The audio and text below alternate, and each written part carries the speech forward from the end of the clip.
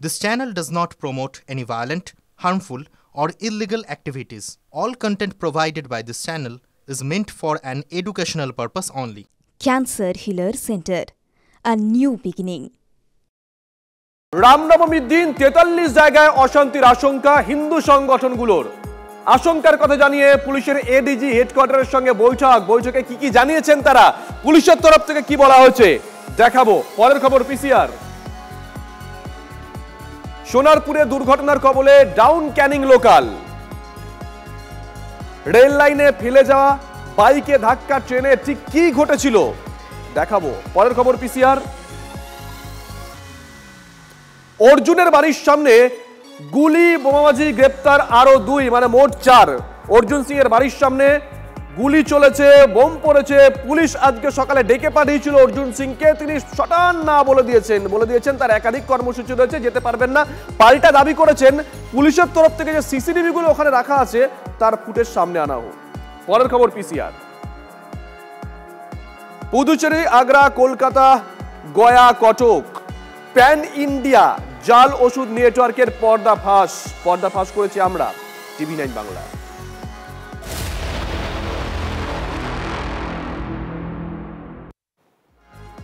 আর শুরুতে নজর রাখতে হচ্ছে বারুইপুরে। বিজেপির কর্মসূচিতে না প্রশাসনের, কিন্তু হাইকোর্টের অনুমতিতে বিজেপির আরো এক কর্মসূচি। শুভেন্দু অধিকারীর দাবি অনুযায়ী 78 বার তাদেরকে কর্মসূচি করার জন্য আদালতে যেতে হয়েছে। আজ শুভেন্দু অধিকারীর নেতৃত্বে বারুইপুর এসপি অফিস ঘেরা অভিযানে নামছে বিজেপি। আর এই কর্মসূচিতে শর্ত সাপেক্ষে অনুমতি দিয়েছে আদালত।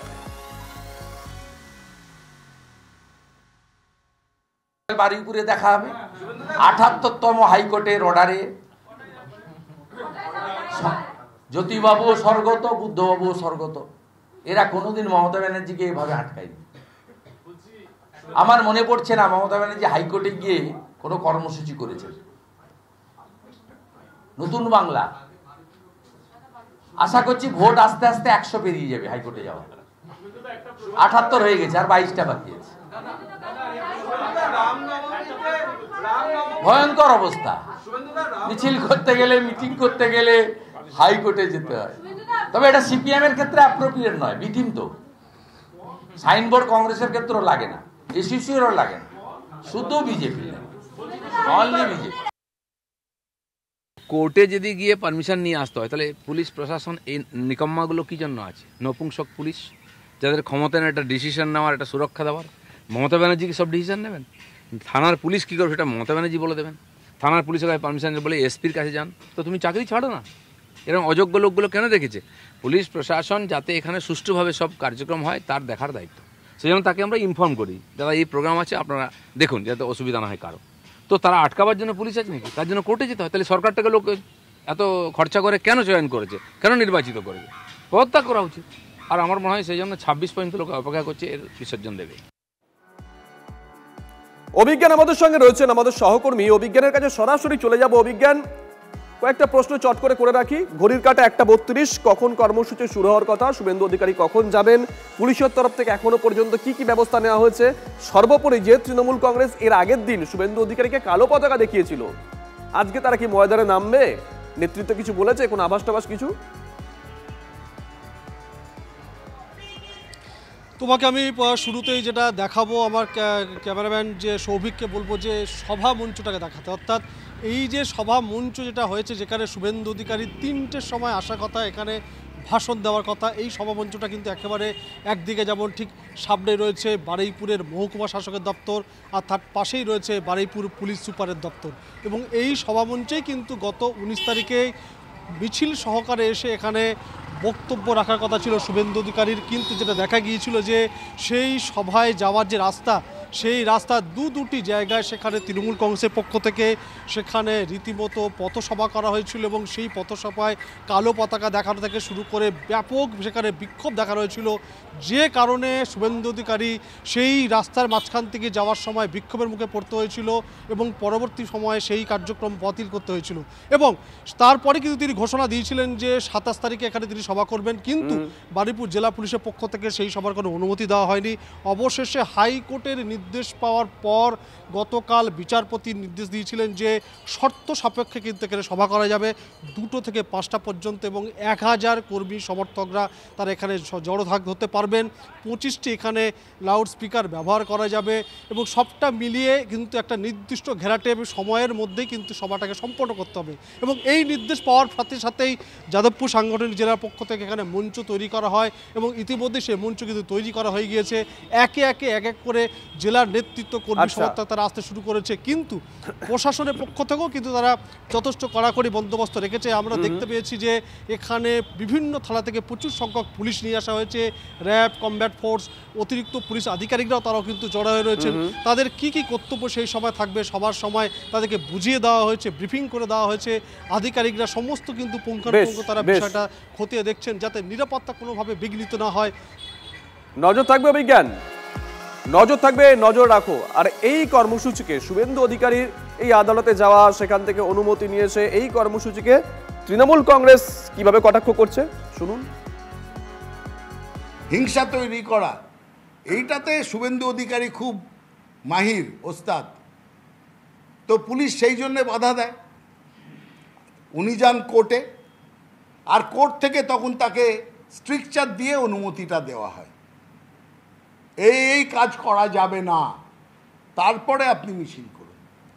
সুতরাং ঠিকই আছে, এর ভবিষ্যতেও তাই হবে, কারণ ওকে এই স্ট্রিকচারের মধ্যে দিয়েই করতে হবে। উস্কানিমূলক কথা বলা যাবে না, সমাজে গণ্ডগোল হয় এমন কিছু করা যাবে না। একটা সময় থাকবে, নির্দিষ্ট সংখ্যক লোক থাকবে।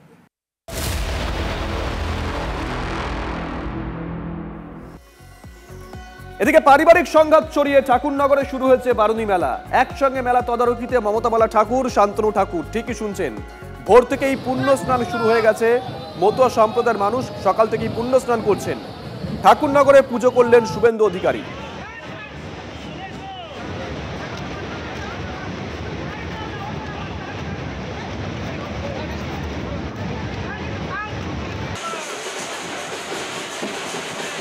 এই মুহূর্তে আমরা ঠাকুরনগরের ছবি আপনাদেরকে দেখাচ্ছি। আজ থেকেই শুরু বারুণী মেলা। সকাল থেকেই রাজ্যের বিভিন্ন প্রান্ত থেকে, দেশের বিভিন্ন প্রান্ত থেকে মতুয়া সম্প্রদায়ের মানুষ আসতে শুরু করে দেন ঠাকুর বাড়িতে। মন্ত্রী শান্তিরা এসেছিল, তাদের মতো আসেনি। আমি পদব্রজে এসেছি, প্রায় 700-800 মিটার, 1 কিলোমিটার হেঁটেই এসেছি ভক্তদের সাথে। এক আলাদা পরিবেশ। দেখুন, এই মতুয়া মেলা ঠাকুর পরিবারকে মেলালেও রাজনীতির শেষ নেই। ঠাকুরনগরে মতুয়া মেলায় যান পার্থ ভৌমিক, সুজিত বসু, প্রাক্তন মন্ত্রী জ্যোতিপ্রিয় মল্লিক, আর তাতেই বেশ সুর চড়েছে রাজনীতি। মন্ত্রীদের মেলায় যাওয়া নিয়ে আক্রমণ শানিয়েছেন মতুয়া বাড়ির সদস্য শান্তনু ঠাকুর। তার দাবি 15 থেকে 20টি করে গাড়ি নিয়ে আসছেন অনেকেই, এতে মতুয়া ভক্তদের অসুবিধা হচ্ছে। যদি আসতে হয় দূরে গাড়ি রেখে আসতে পারেন। পাল্টা তৃণমূল সাংসদ পার্থ ভৌমিক দাবি করেছেন তারা ভক্তদের অসুবিধা করতে চান না, তারা গাড়ি দূরে রেখেই মেলায় যাচ্ছেন। এই আবহে আজ ঠাকুরনগরে যান শুভেন্দু অধিকারী। তিনিও কিন্তু ওই 15-20 মন্ত্রী শান্তির প্রসঙ্গ তুলেছেন। গাড়ি নিয়ে ঢোকা হয়েছে মতুয়াদের ভিড় ঠেলে, সেটা যদি কারোর বিবেকবোধ থাকে তাহলে সেখানে ঢোকা উচিত হয়নি। ঠাকুর বাড়িতে আসলে গাড়িটা দূরে দাঁড় করিয়ে রাখা উচিত ছিল। প্রত্যেকটা ভক্ত আমাদের কাছে কমপ্লেন দিচ্ছে, যেখানে 15 থেকে 20টা গাড়ি দাঁড়িয়ে রয়েছে, আমরা যাতায়াত করতে পারছি না এখানে। এরকম বিবেকহীন কাজ আমার মনে হয় কোনো ধর্মীয় স্থানে এসে করা উচিত নয়, যেখানে মানুষ কষ্ট পাচ্ছে, ভক্তরা কষ্ট পাচ্ছে। আমরা ভক্তদের অসুবিধা করতে চাই না, কখনোই চাই না। আমরা হেঁটেই আসছি ওই মুহূর্তে। ভক্তদেরকে একটাই কথা বলবো, আপনারা আপনাদের যে ভক্তি সেটা আপনারা আপনাদের মতো করে দিন। কোনো অসুবিধা হলে দয়া করে প্রশাসনকে জানাবেন। যারা ঠাকুর আছে, যাদের পুজো আমরা করি, সেখানে রাজনৈতিক ঊর্ধ্বে থেকে সকলে একসাথে মিলে কাজ করাটা উচিত। খুব ভালো পরিবেশ, আমি নিজে এসেছি, ভালো লাগছে আমার। আমি রাজনৈতিক হিসেবে আসিনি, আমি মন্দিরে পুজো দিতে এসেছি। সবাই ভালো থাকুন। ঠাকুরকে নিয়ে তো বিভক্ত করা যায় না। আমরা সবসময় শিখেছি ঠাকুরকে এক ঐক্যবদ্ধভাবে ঠাকুরকে স্মরণ করা, সবাই মিলে ঠাকুরের পাশে থাকা। ঠাকুর নিয়ে বিভাজন হবে কেন? এই রাজনীতি আমরা করি না, অন্য রাজনৈতিক দল করতে পারে, ভারতীয় জনতা পার্টি করতে পারে, কিন্তু আমরা করি না।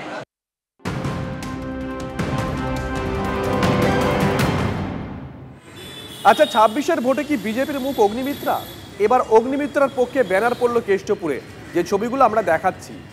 ব্যানারে লেখা, বাংলার অসুরক্ষিত মহিলা সমাজ নারী শক্তির রক্ষা কবচ অগ্নিমিত্রাকে চায়। মহিলাদের জন্য অসুরক্ষিত বাংলাকে সুরক্ষিত করে গড়তে 26-এ বাংলার মুখ্য চরিত্রে অগ্নিমিত্রাকে চাই।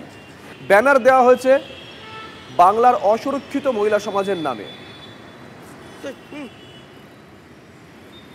কেষ্টপুরে ঠিক রাস্তার মাঝখানে যে রেলিং রয়েছে, সেখানে বাংলার মহিলা অসুরক্ষিত বাংলাকে সুরক্ষিত গড়ে তুলতে 2026-এ বাংলার মুখ্য চরিত্রে বাংলার অসুরক্ষিত মহিলা সমাজ, বাংলার নারী শক্তির রক্ষা কবচ অগ্নিমিত্রা পালকে চায়।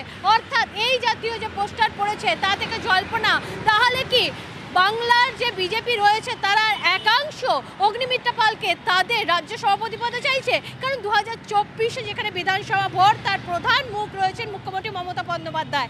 একদিকে মহিলা মুখ মুখ্যমন্ত্রী হিসেবে মমতা বন্দ্যোপাধ্যায়, অন্যদিকে বিজেপিওকে চাইছে তাদের রাজ্য সভাপতি হিসেবে অগ্নিমিত্রা পালকে তুলে ধরে সেখানে ভোটের অঙ্কেও যাতে বাংলার মহিলা হিসেবে অগ্নিমিত্রা পালকে তুলে ধরা যায়, সেই কারণেই কি এই পোস্টার দিয়েছে? সেই জল্পনায় কিন্তু উস্কে দিয়েছে আজকের এই পরপর যে দুটি ব্যানার পড়েছে তার প্রেক্ষিতে। ক্যামেরায় সুদেব রায়ের সাথে দীক্ষা ভূঁইয়া, TV9 বাংলা, কেষ্টপুর।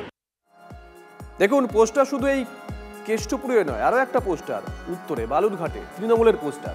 পোস্টারে লেখা, অভিষেকদার নেতৃত্বেই সর্বাধিনায়িকা দিদির লবি করি, কোনো নেতার তাবেদারি নয়।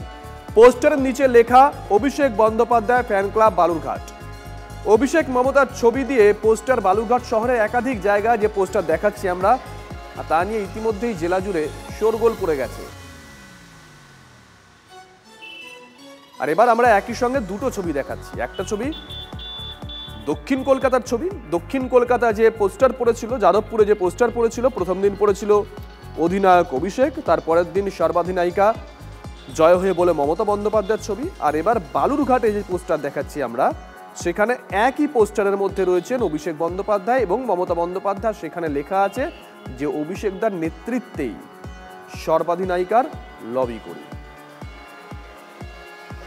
যদি এর মধ্যে থেকে কোনো বিভাজনের চেষ্টা হয় তাহলে এটা খুব দুঃখজনক, এবং এর থেকে এটা মানুষের, বিশেষ করে তৃণমূল কংগ্রেস কর্মীদের মনে একটা বিভ্রান্তি ছড়াতে পারে। আমি জানি না যারা করেছেন তাদের কাছেই অনুরোধ করব, ঠিক এই ধরনের পোস্টার দিয়ে তৃণমূল কংগ্রেসের কর্মীদেরকে বিভ্রান্ত করার চেষ্টা করাটা ঠিক হবে, উচিত নয়। এটা দলের, যারা দল করে, প্রকৃত দল করে, তারা এটা অনুধাবন করবেন, এবং সত্যি যদি তারা মমতা বন্দ্যোপাধ্যায়ের তৃণমূল কংগ্রেসটা করে থাকেন, অভিষেক বন্দ্যোপাধ্যায়ের তৃণমূল কংগ্রেসটা থাকেন, এই ধরনের পোস্টার ফেলাটা উচিত নয়। তৃণমূলের রাজনীতি দক্ষিণ দিনাজপুরের মানুষ মেনে নেয়নি। রাস্তায় ওদের দলীয় নেতৃত্বের বিরুদ্ধে পোস্টার পড়ছে, তো এটা হওয়ারই ছিল। এদের কোনো পরিকল্পনা নেই, এদের ভাগের রাজনীতি, ভাগের কম বেশি হলে মাঝে মাঝে এদের এরকম গোসা হয়। আর এটা মানুষ ওদের ম্যাজিক শো দেখছে, আগামী দিনে মানুষ এদেরকে ছুঁড়ে ফেলবে।